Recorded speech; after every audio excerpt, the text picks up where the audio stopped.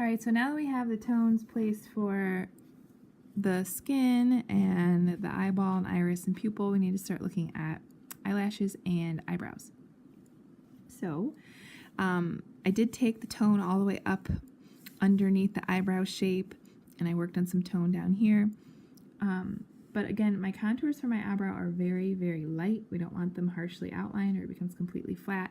And as you can see in my eyebrow, there's areas where you are seeing skin through. Obviously, this is without makeup.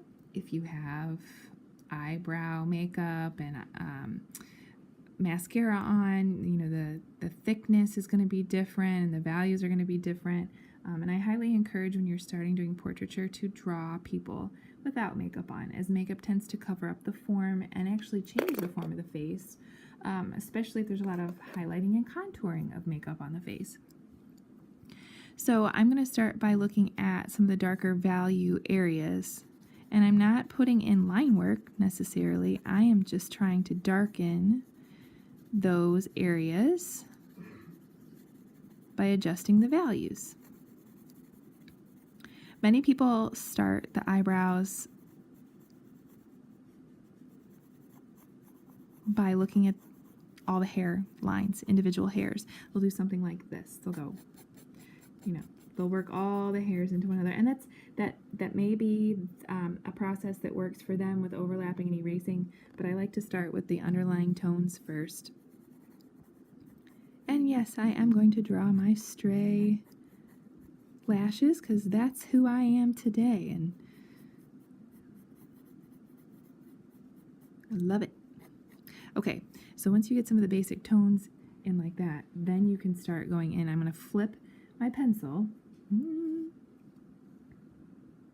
Right? See that angle on my pencil that I love so much when I'm shading? I'm going to flip it, and I'm going to use that really, really sharp, fine point to go in and start creating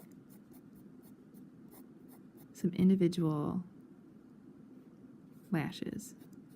Or not lashes, eyebrow hairs. And I typically like to start them at the base of the hair and kind of flick my wrist upward. Again, these are untamed brows today. It's the weekend. I don't do much with them on the weekends, so okay. Get some of those stray ones there. Awesome. Then I come in with my eraser. Again, I had said in the earlier video, I just use my mechanical pencil. And I flip my eraser around so it's got a really nice hard edge, or I just make sure I have some fresh white erasers. And then I come in and I create kind of the same flicking motion. And I'll come in and pull out any highlight areas where I think I needed them from before. And this creates some variety, and it takes away some of the linear details all the time. And then I'm going to go back in, flip my pencil over, and come back in with a little bit more texture. So it's kind of this back and forth give and take. And then, you know, you might be working from a photograph where it's out of focus anyway, and it's kind of soft, and you might want to create that visual. So you might want to go in and soften it with your pencil or an eraser, or you might want it all really crisp. You kind of have some decisions to make there in that regard. Okay, now for eyelashes,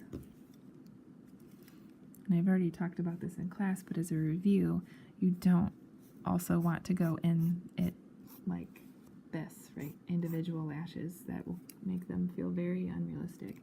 So again, I use the sharp part of my pencil lead, and I start to look at the triangular shapes, and chunk out the lashes a little bit, and even some of the lashes from my upper lid are coming directly down at an angle.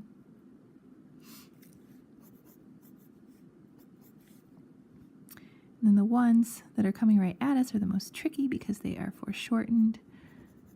So they feel slightly curved at the base, and they feel much shorter, even though they really aren't. So you're looking at keeping, the correct lash texture within the right negative space. I don't have any lashes extending out past here, this crease, so I got to keep everything in. In fact, it's kind of showing me that my crease needs to come out a little more. So at any point in time, you can correct proportions. It's easier to do at the beginning, but you can correct them if you need to, as it will only help it look like you. So then once I've shaped these out, then I can go in and start to create a little bit more value into them.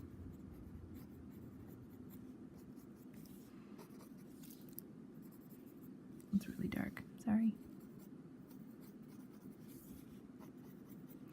And then only a few will I come out and do some individual lashes with them. And this got a little crazy. This got too chunky right there. I'm gonna go back in and lighten that up a little bit. And then for your lower lashes, there are much fewer. There's some where they cross, it gets a little bit darker.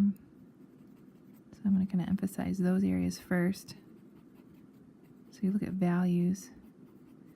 And then I'm using the sharp part of my lead, and I'm just very, very, very oh so lightly bringing lashes in. And again, they kind of create these triangular shapes. They want to hang on to each other at the tips. So just a few, not a lot.